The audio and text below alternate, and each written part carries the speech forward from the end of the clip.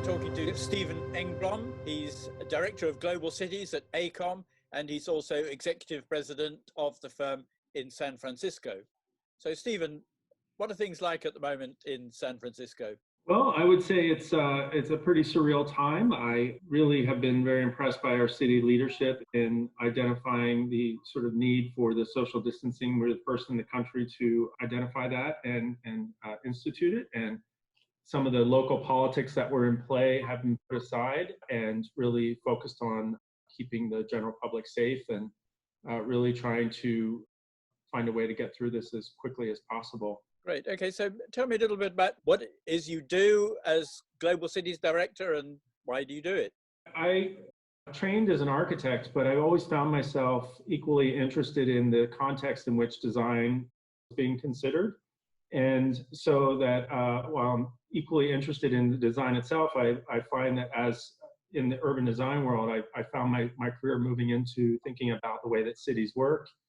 And so that it's about, or the way that the design of the world works rather than the design itself is something that I've always been really interested in. And I found that working at a company that scales like AECOM, where we're working with cities all around the world, what I get really excited about is when lessons learned in one city can apply to another. So I think particularly right now with the topic that we're talking about with the pandemic, the ability to get lessons learned from one city to another really quickly and think about this event in context of other natural disasters and also, of course, the historic pandemics that have affected cities and city making over the years really helps us stay focused on solutions at this time. Yeah, so the relationship of health to cities is really interesting, and certainly in the 19th century and even early 20th century, city planning was actually carried out in many cases by public health officials rather than actually trained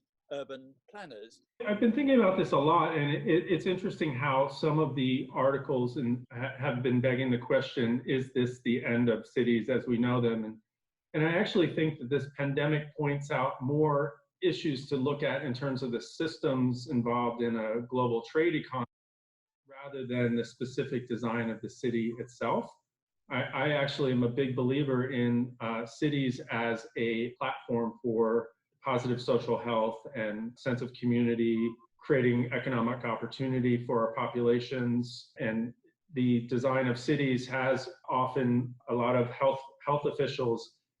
If you ask them, looking backwards about what really affected and created public health most during the 20th century, a lot of people say it was actually the engineers and the design of the cities that helped to solve those issues rather than equally as say penicillin. So I think having healthy sewers and productive civic environments and healthy civic environments are really important at this time. And I would say that anyone who's predicting that the end of cities is near really is on the wrong side of this argument.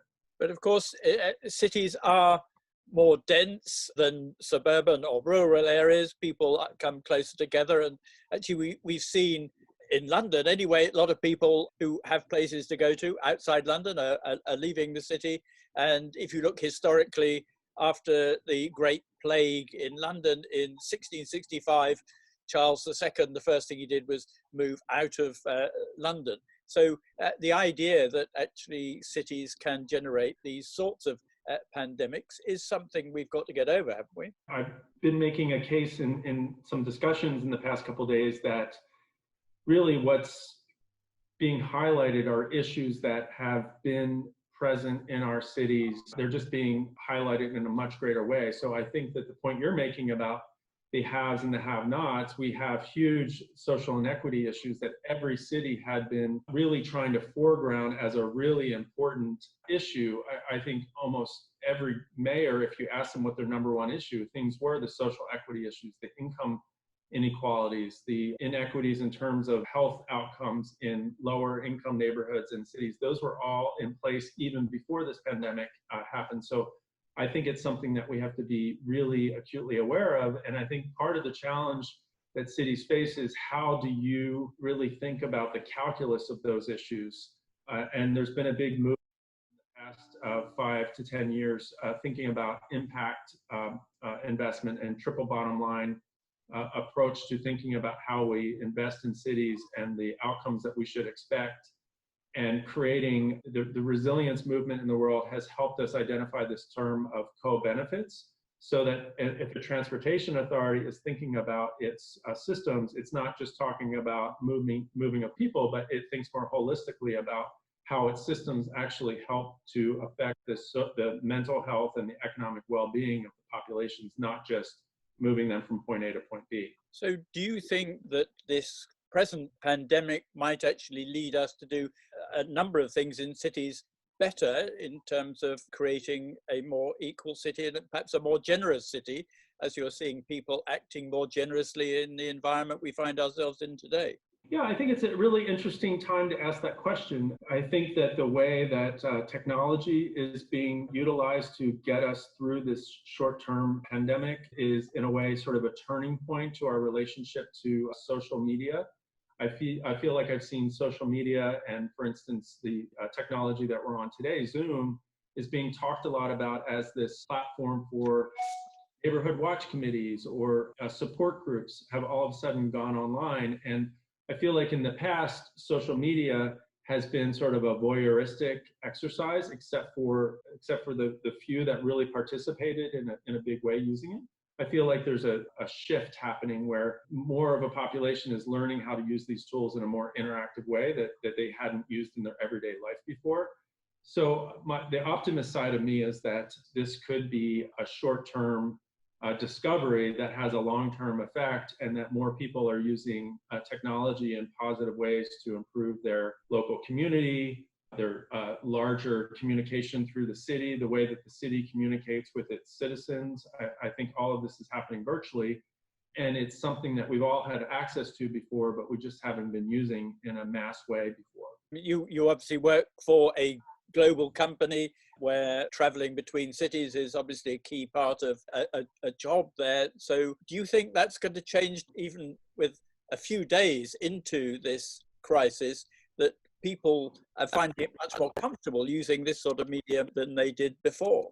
Look, I really hope so. As somebody who has spent the past 10 years spending half of my life on a plane going between cities, I have becoming increasingly aware, again, even before this pandemic, I was aware of the carbon footprint of such activities. And now I think I'm seeing some really interesting studies come out about the air quality in China. Really, it's improved very quickly in just a few weeks. And I hope that we can, again, figure out a way to sort of acknowledge the real cost of the way we have been doing things and the benefits of this new way of doing it, and that it has a long-term effect. Unfortunately, I do also believe that we have relatively short-term memories. So I think it would be great if as a industry, as sort of a group of people that are talking about how to make positive cities, that we really double down on reminding people that this could be a long-term solution. It doesn't have to be a short-term solution, and that we can use technology as our friend and do more of what it is that we really want to do. It's my time spent on a plane is not the productive time, it's the time engaging with folks. And if we learn how to use this media to really have meaningful exchanges, that would be a really positive outcome. Those are positive things. There are going to be winners and losers, and I would say one of the things that seems to be happening very quickly is the damage to the high street or the retail and hospitality sectors. Theose are areas which have been in deep trouble for some time. Are we going to end up perhaps with a dramatic shift in the way that people use their high streets, their malls, and the places where they meet and congregate? No doubt. I think that, the retail world was changing even before this pandemic. And I think that what I see are two big movements. One is that the bigger players will be the ones that can survive this economic crisis. But then I think at the other end of the spectrum, I also think that I see a real commitment to this idea about buying local. It seems to be a message that's coming out on a lot of the emergency response that, go support your restaurants with the takeout business. But I do think the trends that we were seeing before will be accelerated. And so the separating between the big players and I think what's going to happen is the middle of retail is going to disappear. And I think that that was a trend that was happening even before. So in terms of the vacancy issues, I think it will require us to really address issues that we're already aware of, the growing vacancies and thinking about different uses. I also think that another aspect that has occurred to me is that the Main Street was being animated by and challenged by the shared economy. And I think what's really interesting is how this pandemic is going to be a real challenge to some of those advances that we've been having. Will people trust the shared economy any longer, or is there going to be a reaction against that? I think that's really interesting to watch. You feel really that those people who believe in cities really have to speak out for cities at this difficult time? Oh, absolutely. Cities really need to be better lobbyists for themselves. And I was reading some articles yesterday about in the US, as we have a political dialogue about how the stimulus money should come to help address these economic challenges that we're facing. And I noticed an article that talked about the airlines were asking for 50 billion US of stimulus package.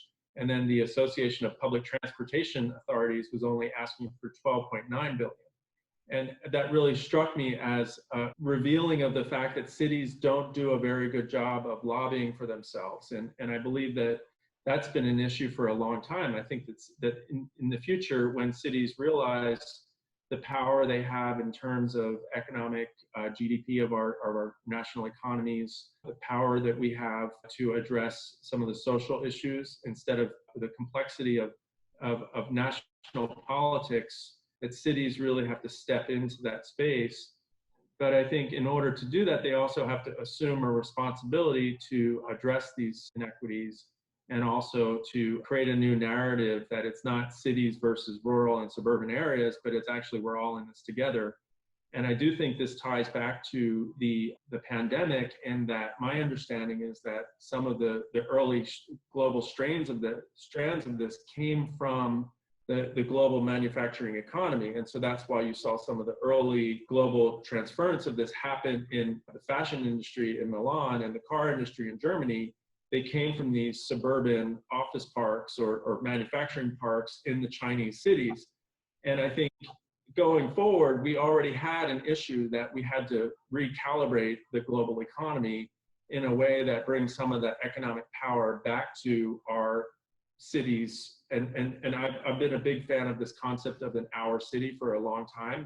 And historically, that meant that people could walk out into the fields in an hour or half hour and back to their home when we were an agricultural economy.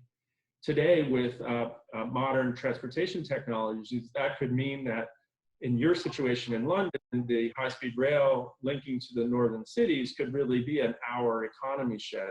And so if you had a recalibrating of creating jobs for people within that hour shed, and we bring some of the manufacturing back, this is a great way for cities to start to say, we are the solution, we're not the problem. Right now, I think that cities get vilified as being the global economy and the perpetrators of the breakdown of the economic cycle in our world. It's a horrible situation that we're all living through, but I hope that we can leverage it to help us address some of these issues that were percolating below the surface even before this happened.